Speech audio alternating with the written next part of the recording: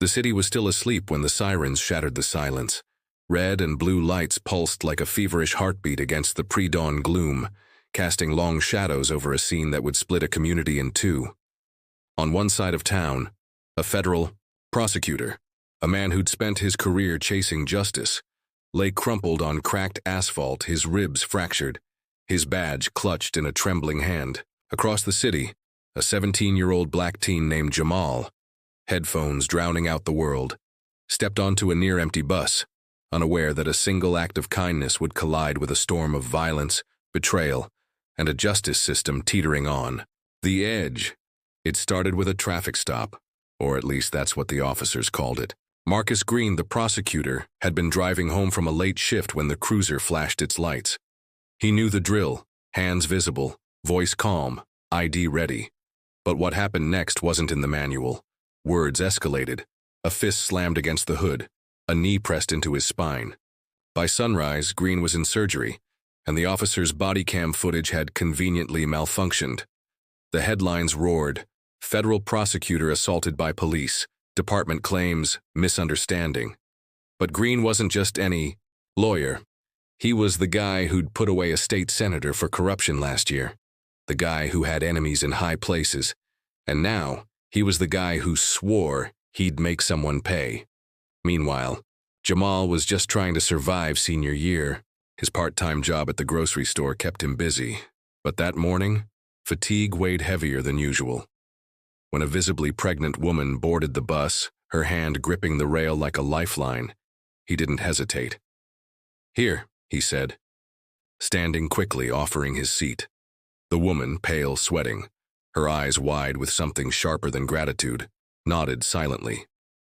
But as Jamal turned to go, she grabbed his wrist. Her fingers were ice cold. "Wait," she whispered, shoving a crumpled note into his palm. The bus lurched forward, and by the time Jamal unfolded the paper, she was gone. 2 words, scribbled in shaky ink, stopped his breath. "They're lying."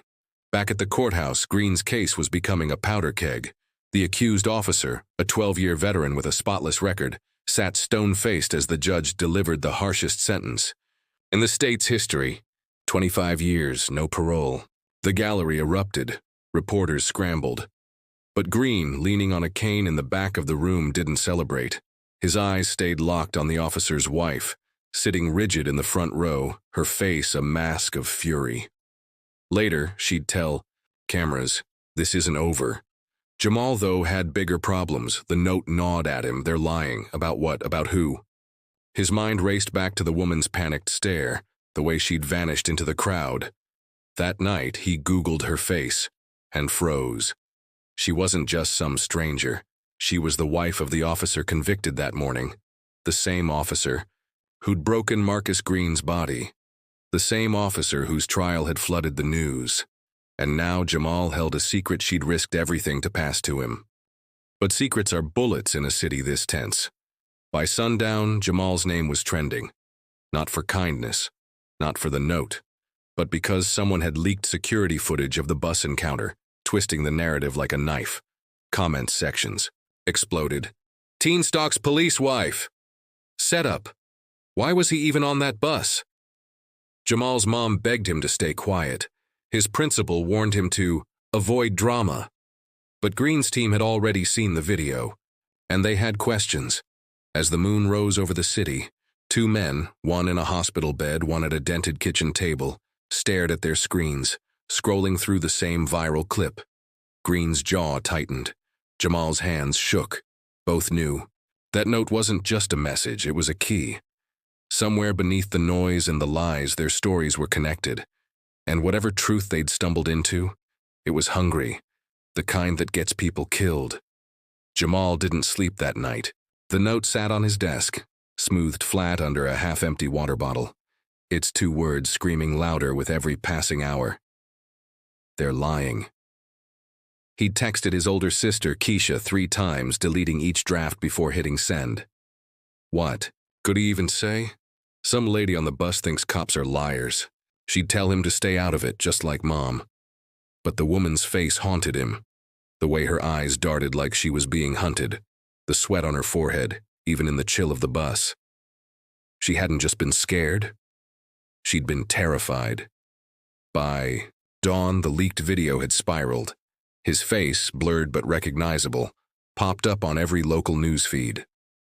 Mysterious encounter between teen and officer's wife, the headlines blared. Strangers online dissected his hoodie, his posture, the suspicious way he'd shoved his hands in his pockets after taking the seat. Comments piled up. Why's he on that route anyway? Bet he's got a record. Jamal's phone buzzed nonstop. Friends sending memes, distant cousins asking if he needed bail money. His boss at the grocery store cutting his shifts until things calmed down. Mom paced the kitchen, her slippers scraping the tiles. Just delete your accounts, baby, she pleaded. This'll blow over. But Jamal kept staring at the note. Blow over wasn't an option anymore. 30 miles away, Marcus Green winced as his physical therapist adjusted the brace around his ribs. The doctor said he'd walk again without the cane, maybe, but every step still felt like a shiv to the gut. The victory in court yesterday should have tasted sweet. Instead, it burned.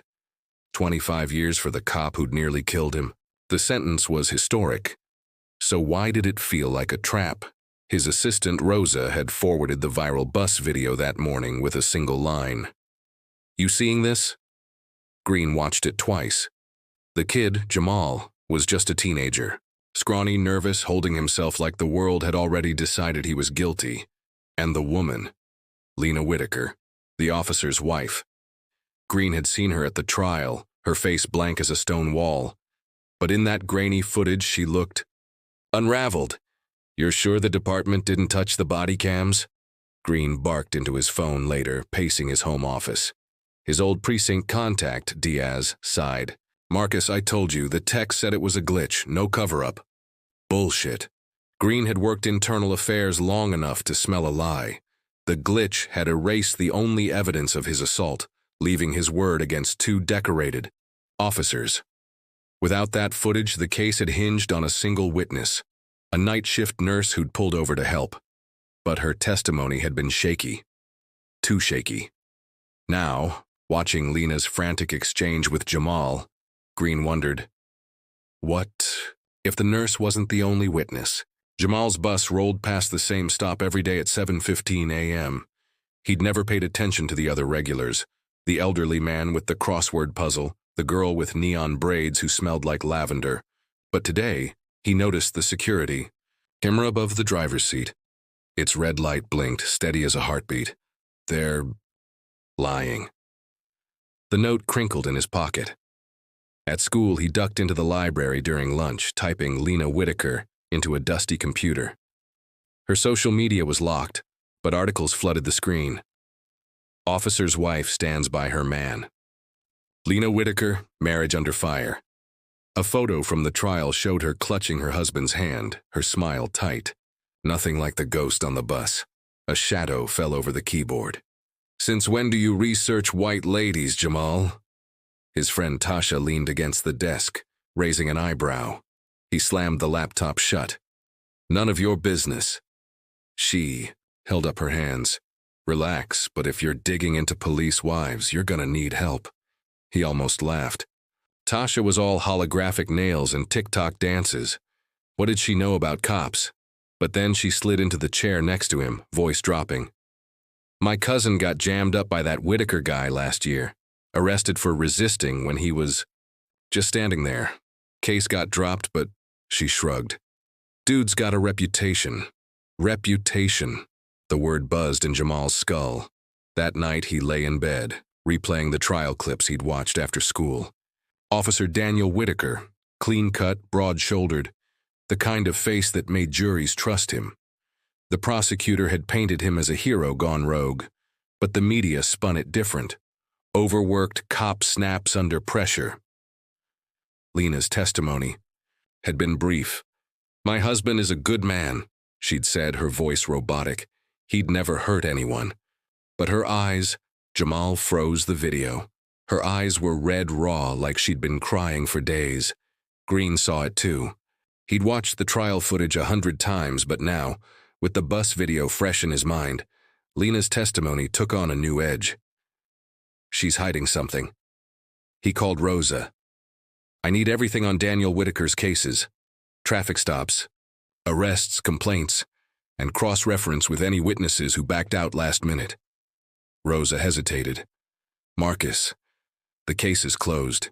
You won. He gripped his cane. It's not closed until I know why it happened. Across town, Lena Whitaker stood in her pristine kitchen, staring at the knife block. Her hand hovered over the largest blade. It would be so easy. One slash, and the screaming in her head would stop. But then the baby kicked, a sharp jab to her ribs, and she stumbled back, gasping.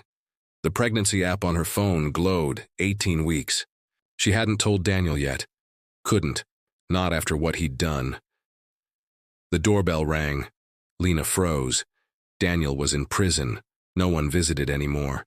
Through the peephole, a delivery man held a bouquet. Lilies, her favorite. The card read, You did the right thing. No signature. Lena hurled the flowers into the trash, her hands shaking. They'd found her. She'd been careful, paying cash for the burner phone, using the public library computer to track the trial updates. But someone always knew Jamal's mom was crying again. He could hear her through his bedroom wall, her voice muffled but sharp. Can't protect him if he keeps poking the bear. His uncle's rumble answered, You think the bear's just gonna leave him alone? Jamal pressed his ear to the door. That prosecutor's people called, his mom said. They want to talk to him about the note. The next morning, Jamal skipped school. He took the bus downtown, the note folded inside his shoe. The federal building loomed, all B, glass and steel. Green's office was on the 14th floor, but as Jamal stepped into the elevator, a hand grabbed his shoulder. Not here, a woman hissed. Rosa, Green's assistant, pulled him into a stairwell. They're watching The Office, she whispered. Meet him at the diner on 5th. 1 hour. Green sat in a cracked vinyl booth, coffee gone cold. When Jamal slid in across from him, he didn't smile. You got the note? Jamal nodded, pulling it out. Green's jaw twitched as he read it. Did she say anything else? Jamal shook his head. But she looked sick, like really sick. Green leaned forward. Sick how? Before Jamal could answer, the diner's TV blared. Breaking news. Officer Whitaker's legal team files appeal, citing new evidence. The screen cut to a press conference. Whitaker's lawyer, smug, holding up a security still. Jamal's stomach dropped. It was him on the bus leaning toward Lena. The lawyer's voice dripped with faux concern. This teen has a history of aggression toward law enforcement. We believe he pressured Mrs. Whitaker to fabricate claims against her husband. Jamal stood so fast the table shook. That's not... I didn't... Green grabbed his arm. Sit now. His voice was steel. They're gaslighting you, same playbook they used on me. Outside, cameras gathered. Green threw cash on the table. There's a back exit. Rosa's car is... Too late. The door burst open. Reporters swarmed, shouting over each other. Jamal, did you conspire with Lena Whitaker? Mr. Green, is this a setup? Green shoved through the crowd, shielding Jamal with his cane. But across the street, a black sedan idled. Behind tinted windows, a man snapped photos of them both. That night, Jamal's phone lit up with an unknown number. Meet me at the old train yard, midnight, come alone. His thumb hovered over the screen. A trap or a lifeline? Down the hall, his mom's TV droned. Authorities warn against vigilante justice. Jamal grabbed his hoodie. The train yard was pitch black, the air thick with the smell of rust and rain. Lena stepped from the shadows, her coat swallowing her frame. You shouldn't have come, she said. Her voice was raw. But I need you to know.